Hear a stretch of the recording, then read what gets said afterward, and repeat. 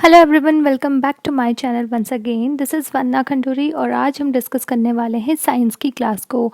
Science की previous class में मैंने आपके साथ इलेक्ट्रिसिटी चैप्टर का एक टॉपिक डिस्कस किया था जो कि था आपका रजिस्टर्स इन पैरेलल, एंड उस टॉपिक में एक पोर्शन रह गया था जो मैं आज आप लोगों के साथ डिस्कस करने वाली हूँ। पेज नंबर NCERT 215 में आप देख सकते हैं।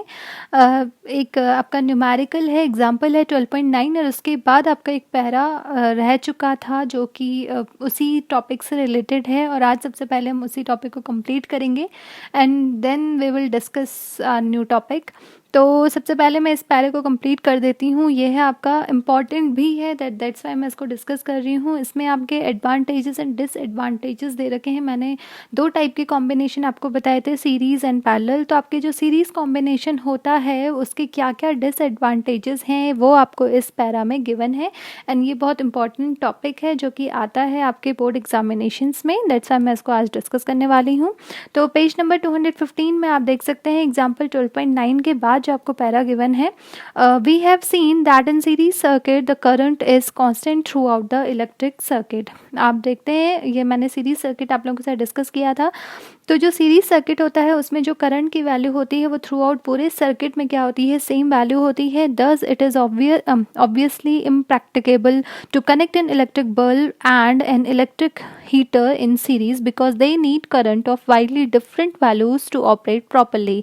तो इसीलिए क्या होता है, क्योंकि सीरीज कॉम्बिनेशन में आपका एक ही करंट, सेम करंट पूरे सर्किट में वही फ्लो होता रहता है। दैट्स वाई हम मतलब बहुत सारे जो इलेक्ट्रिकल अप्लायंसेस होते हैं, जैसे यहाँ पे गिवन भी है कि जैसे एक electric bulb and electric heater, हम इसको सीरीज़ में कनेक्ट नहीं कर सकते हैं बिकॉज इट्स ऑब्वियस कि जो आपका बल्ब है उसको उतना अमाउंट ऑफ करंट की नीड नहीं होगी जितना कि एक इलेक्ट्रिक हीटर को नीड होगी, है ना। अलग अलग जो अप्लायंसेस होते हैं उनको अलग अलग अमाउंट ऑफ करंट की नीड होती है। तो हम अगर उनको सीरीज़ में कनेक्ट कर देंगे तो उससे क्या हो जाएगा, आपका किसी अप्लायंस के लिए इलेक्ट्रिक करंट कम हो जाएगा और किसी के लिए इतना ज़्यादा हो जाएगा कि वो ख़राब भी हो सकते हैं, ठीक है।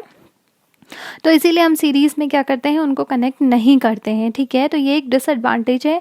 And another major disadvantage of a series circuit is that when one component fails the circuit is broken and none the components work. अगर आप सीरीज कॉम्बिनेशन में अगर आप ज्वाइन कर देते हो बहुत सारे इलेक्ट्रिकल अप्लायंसेस को, तो अगर आपका एक क्या हो जाता है, काम करना बंद हो जाता है किसी वजह से, तो आपके सारे कंपोनेंट्स जितने भी आपने उस सीरीज कॉम्बिनेशन में कनेक्ट किए हैं वो सारे कंपोनेंट्स वर्क करना बंद कर देंगे, ठीक है। If you have used fairy lights to decorate buildings on festivals, on marriage celebration etcetera, you might have seen the electrician spending lot of time in trouble locating and replacing the dull bulb. Each has to be tested to find which has fused or gone. जैसा आपने देखा होगा, जो आप दिवाली या कोई भी festivals होता है या मैरिज सेलिब्रेशन होता है उसमें आपने लाइट्स देखी होंगी, जो वो आप लड़ियाँ लगाते हो, इनफैक्ट फेरी लाइट्स उनको बोला जाता है। तो उसमें क्या होता है, वो सीरीज़ कॉम्बिनेशन में ही कनेक्ट होती हैं। आप अगर एक को अगर आप ऑन करोगे तो आपकी सारी जो भी फेरी लाइट्स होती हैं वो ऑन हो जाती हैं, वो तो सीरीज़ कॉम्बिनेशन में कनेक्ट होती हैं। और अगर गलती से कोई भी आपका बल्ब ख़राब हो जाता है उसमें से कोई भी, तो वो डेड बल्ब छांटने के लिए एक इलेक्ट्रिशियन को पूरा जो आपकी फेरी लाइट की पूरी वो है उसको क्या करना पड़ता है, हर एक बल्ब को उसको टेस्ट करना पड़ता है, क्योंकि ये पता ही नहीं होता कि कौन सा ख़राब है, तो उसको पूरा चेक करना होता है, टेस्ट करना होता है। तो इसीलिए सीरीज़ कॉम्बिनेशन में इसीलिए हमें मतलब बहुत सारे इलेक्ट्रिकल अप्लायंस को इसलिए भी कनेक्ट नहीं करना चाहिए, ठीक है। On the other hand, a parallel circuit divides the current through the electrical gadgets. आपका जो parallel circuit होता है, अगर हम parallel combination में बहुत सारे electrical gadgets को, electrical appliances को connect करते हैं तो उसमें क्या हो जाता है, आपका current divide हो जाता है। सीरीज़ में आपका एक ही current, सेम current आपका पूरे circuit में flow करता है, जबकि जो parallel circuit है उसमें क्या हो जाता है, वो current divide हो जाता है। The total resistance in parallel circuit is decreased. इसीलिए आपका जो total resistance है वो क्या हो जाता है, अगर आपने parallel में कनेक्ट करा है तो वो डिक्रीज हो जाता है। बिकॉज NCERT पेज नंबर 215 में आप लास्ट जो मैंने इक्वेशन आप लोग के साथ शेयर की थी तो वो यही था आपका कि जो आपका पैरेलल कॉम्बिनेशन में आपका टोटल रेजिस्टेंस होता है वो था आपका 1/r is equal to 1/r1 plus 1/r2 plus 1/r3। तो जो आपका टोटल रेजिस्टेंस है वो इस तरीके से क्या है, डिक्रीज हो जाता है। यहाँ से अगर आप देखेंगे तो आर की वैल्यू क्या होगी, डिक्रीज होती जाएगी, ठीक है। This is helpful particularly when each gadget has different resistance and require different current to operate properly. और ये बहुत ही हेल्पफुल है ठीक है। कब? जब आपके जो गैजेट्स हैं उनको डिफरेंट रेजिस्टेंस की नीड होती है और डिफरेंट करंट की नीड होती है उनको ऑपरेट करने के लिए।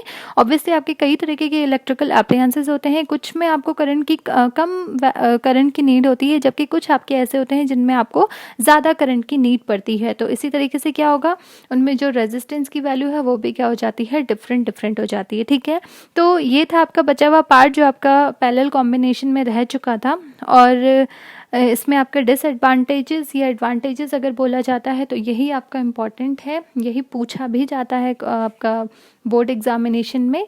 और लास्ट टॉपिक जो मैं आज डिस्कस करने वाली हूँ वो है आपका heating effect of electric current. ठीक है, पेज नंबर 216 में ये टॉपिक आपका गिवन है, heating effect of electric current. So discuss करते हैं। We know that a battery और a cell is a source of electrical energy. आपको पता है कि कोई भी बैटरी या सेल जो है वो इलेक्ट्रिकल एनर्जी का एक सोर्स होता है। The chemical reaction within the cell generate the potential difference between its two terminal that sets the electron in motion to flow the current.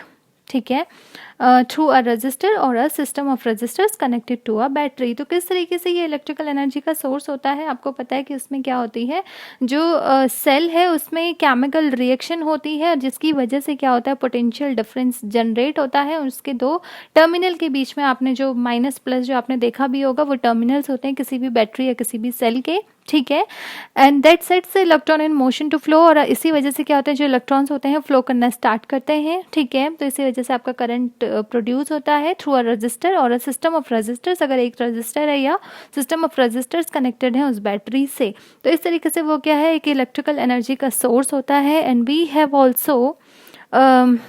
also seen in section 12.2 that to maintain the current the source has to keep expending its energy।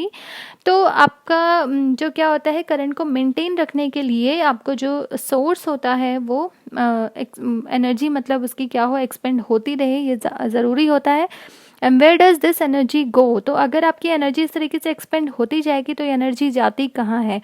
A part of the source energy is maintaining the current may be consumed into useful work. तो जो current को maintain रखने के लिए जो energy की जो need होती है तो उसमें से कुछ पार्ट तो क्या हो जाता है, आपका यूज़फुल काम करने के लिए वो एनर्जी उसमें लग जाती है काम करने के लिए। And rest of the source energy में be expended in heat to raise the temperature of the gadget. और जो बाकी जो बची हुई एनर्जी होती है वो हीट की फॉर्म में क्या हो जाती है, एक्सपेंड हो जाती है, जिसकी वजह से जो इलेक्ट्रिकल गैजेट है या अप्लायंस है जो चल रहा है उसका जो टेम्परेचर है वो इंक्रीज़ हो जाता है। आपने देखा भी होगा कि जब आप किसी भी इलेक्ट्रिकल गैजेट को यूज़ करते हो तो बहुत सारे गैजेट्स ऐसे होते हैं यूज़ करते करते मतलब जब उनमें करंट फ्लो होगा तो वो भी गर्म हो जाते हैं। ठीक है, तो यही है आपका कि कुछ जो इसी वजह से होता है कि उनका टेम्परेचर इंक्रीज़ हो जाता है। जो सोर्स एनर्जी था वो थोड़ा एक्सपेंड हुआ है हीट की फॉर्म में, और हीट की वजह से क्या होता है, वो अप्लायंस गर्म हो जाता है, उसका टेम्परेचर हाई हो जाता है। ठीक है, we often observe this in our daily life. For example an electric fan becomes warm if it used continuously for a longer time और एक्सेट्रा। ठीक है, जैसे यहाँ पे एग्जांपल भी गिवन है इलेक्ट्रिक फ़ैन का। ठीक है, अगर आप इलेक्ट्रिक फ़ैन को चलाते हो, कॉन्टिन्यूसली चलाते हो, तो कुछ देर बाद अगर आप उसको टच करके देखेंगे तो उसकी जो ब्लेड्स होती हैं वो वार्म हो जाती हैं। ठीक है, on the other hand if the electric circuit is purely resistive that is a configuration of resistors only connected to a battery, the source energy continually gets dissipated entirely in the form of heat। और अगर आप क्या करते हो, अगर जो electric circuit है वो प्योरली रेजिस्टिव है, ठीक है, तो उससे क्या होता है, आपका जो रेजिस्टर्स होता है जो भी आपके रेजिस्टर्स कनेक्टेड है बैटरी से, ठीक है, and the source of energy continuously get dissipated entirely in the form of energy. तो उनमें कॉन्टिन्यूसली क्या होती है, हीट ही जनरेट होती रहती है। अगर वो प्योरली रेजिस्टिव है तो क्या होगा, सारी जो फॉर्म ऑफ एनर्जी होती है, सोर्स एनर्जी होती है, वो हीट एनर्जी की फॉर्म में ही क्या होता रहेगा, निकलता रहेगा। ठीक है, तो this is known as heating effect of electric current. और यही क्या है, आपका हीटिंग इफेक्ट है इलेक्ट्रिक करंट का। And this effect is utilize in device such as electric heater या इलेक्ट्रिक आयरन एक्सेट्रा। और यही जो इफेक्ट है ये यूटिलाइज होता है कैसे, डिवाइसेस में, जो कि जैसे आपका एग्जांपल गिवन है यहाँ पे, इलेक्ट्रिक हीटर या इलेक्ट्रिक आयरन जो होते हैं इस तरीके के जो अप्लायंसेस हैं इसमें होता है आपका heating effect of electric current, क्योंकि सारी जो सोर्स ऑफ एनर्जी है वो in the form of heat ही जा रही है। इसमें ऐसा नहीं है कि कुछ वर्क करने के लिए यूज़ हो रहा है। सारी जो एनर्जी होती है, क्योंकि प्योरली रेजिस्टिव है, तो यहाँ पे सारी जो एनर्जी है वो in the form of heat ही आपके क्या होती है, एक्सपेंड होती रहती है, और उसका टेम्परेचर भी क्या होता है, इंक्रीज होता रहता है। क्योंकि आपने आयरन में भी देखा होगा, आयरन भी बहुत अच्छा एग्जांपल है। अगर आप उसको क्या करोगे, आपने उसको अगर ऑन किया है, उसमें इलेक्ट्रिक करंट अगर पास होना शुरू करता है, तो आयरन बहुत ज़्यादा, मतलब बहुत ज़्यादा हीट भी हो सकती है। मतलब बहुत ज़्यादा करंट अगर उसमें फ्लो होता रहेगा तो प्योरली जो हीट की फॉर्म में ही उसका टेम्परेचर इंक्रीज होता रहेगा। ठीक है, तो इस तरीके से ये इसका एग्जाम्पल है। Consider current I flowing through a resistor of resistance R. तो अब हीट की हम बात कर रहे हैं, हीटिंग इफेक्ट की, तो इसका फॉर्मूला भी ज़रूरी है। तो इसके लिए क्या है, आप कंसिडर करिए कि आपका कोई करंट है आई, वो फ्लो हो रहा है एक रेजिस्टर से जिसका रेजिस्टेंस है R, and let the potential difference across it be V, और इसका जो पोटेंशियल डिफरेंस है वो वी है। Let T be the time during which a charge Q flow across, और सपोज टी टाइम में क्या हो रहा है, आपका क्यू चार्ज फ्लो हो रहा है। The work done in moving the charge Q through a potential difference V is V Q. तो आपको पता है कि जो वर्क डन होगा, कितना काम हो रहा है, वो होता है आपका वी पोटेंशियल डिफरेंस इनटू आपका जितना चार्ज फ्लो हो रहा है क्यू, तो वी क्यू हो जाएगा। Therefore the source must supply equal energy to V Q in time T. तो आपका कितना सोर्स सप्लाई हो रहा है, वो हो रहा है आपका V Q in time T. T time में वी क्यू सोर्स एनर्जी, जो आपका एनर्जी मिलेगी, आपको कितनी एनर्जी मिलेगी, energy is equal to V Q, और in time T means upon T. ठीक है, तो hence the power input in the circuit by source is, तो जो पावर हो जाएगी या एनर्जी जिसको आप बोल सकते हो, वो हो जाएगा आपका वी क्यू अपॉन टी। और Q अपॉन टी आपका क्या होता है, ऑब्वियसली I होता है, तो इसकी जगह आप I भी रख सकते हो। तो P इज़ इक्वल टू, एक फॉर्मूला हो जाएगा वी क्यू अपॉन टी, और दूसरा आप बोल सकते हो P is equal to V I. ठीक है, तो ये आपका 12.19, ये क्वेश्चन आप नोट कर लेना। On the energy supply to a circuit by source in time T is P into T. और दूसरा होता है आपका जो एनर्जी सप्लाइड है किसी भी सर्किट में, अगर किसी सोर्स के थ्रू एनर्जी सप्लाई हो रही है तो वो गिवन है P इंटू टी से। ठीक है, अभी आपको हीट तक पहुंचना है, इसके लिए ये आगे गिवन है, तो P इंटू टी, और आप इसको क्या लिख सकते हो, P की जगह हम V इंटू आई यूज़ कर सकते हैं फ्रॉम इक्वेशन 12.19 से। तो अगर हम रखेंगे P is equal to V I, तो ये हो जाएगा वी आई टी। ठीक है, तो अगर वी आई टी जो है आपका, ये है आपका प्योरली जो हीट की फॉर्म में जो एनर्जी रिलीज हो रही थी, तो इसको हम किसका फॉर्मूला बोल सकते हैं, हीट का फॉर्मूला बोल सकते हैं। तो H is equal to V I into T. ठीक है, एंड अगर हम इसी इक्वेशन में, ये इक्वेशन हो जाएगी 12.20, और अगर हम इसमें ओम्स लॉ को अप्लाई करते हैं, तो ओम्स लॉ क्या होता है आपका, V is equal to I R. तो मैं अगर V की जगह आई आर को यूज़ करती हूँ, तो H is equal to I R. ठीक है, V की जगह मैंने आई आर यूज़ किया है, और I और T ऑलरेडी पहले से था, तो ये इक्वेशन बन जाएगी H is equal to I square R T. एंड ये हो गई आपकी 12.21। ये सबसे इम्पॉर्टेंट इक्वेशन है, ये काम भी आती है, and this is known as Joule's law of heating, और इसी को बोला जाता है जूल्स लॉ ऑफ हीटिंग। ठीक है, ये क्वेश्चन भी अराइज होता है, ये क्वेश्चन आता भी है कि what is the joules law of heating. तो आप हमेशा अगर इस फॉर्मूले को अगर आप ध्यान रखोगे, तो यहाँ से आप पूरे जूल्स लॉ ऑफ हीटिंग का स्टेटमेंट भी दे सकते हो। इसका स्टेटमेंट ये होता है, this law implies that the heat produced in a resistor is directly proportional to the square of current for a given resistance। आप इसमें देख सकते हैं जो हीट प्रोड्यूस है वो डायरेक्टली प्रोपोर्शनल है स्क्वायर ऑफ करंट के। ठीक है, दूसरा है आपका directly proportional to the resistance for a given, और दूसरा क्या है आपका डायरेक्टली प्रोपोर्शनल है किसके, जो आपका रेजिस्टेंस है फॉर अ गिवन करंट के लिए, उसके भी क्या है, वो डायरेक्टली प्रोपोर्शनल है। एंड थर्ड है directly proportional to the time for which the current flows through the resistor. और दूसरा H किसके डायरेक्टली प्रोपोर्शनल है, जो टाइम है आपका किसके लिए, for which the current flow, जितने टाइम के लिए करंट फ्लो हो रहा है उस रजिस्टर से, उसके भी क्या है, वो डायरेक्टली प्रोपोर्शनल है। ठीक है, तो ये था आपका जूल्स लॉ ऑफ हीटिंग, और इसका स्टेटमेंट भी पूरा है कि इसमें पूरा आपको तीनों कंडीशन लिखनी होती है कि जो हीट प्रोड्यूस है वो किस किसके डायरेक्टली प्रोपोर्शनल है। ठीक है, और ये बहुत ही इंपॉर्टेंट क्वेश्चन यहाँ से अराइज होता है, तो इसको भी आप नोट कर लेना। तो ये था आपका topic heating effect of electric current.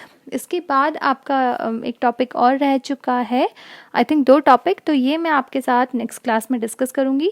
सो आज के लिए इतना ही है। जिन लोगों को मेरी वीडियो पसंद आई हो, please like, share and subscribe my channel, and thank you so much.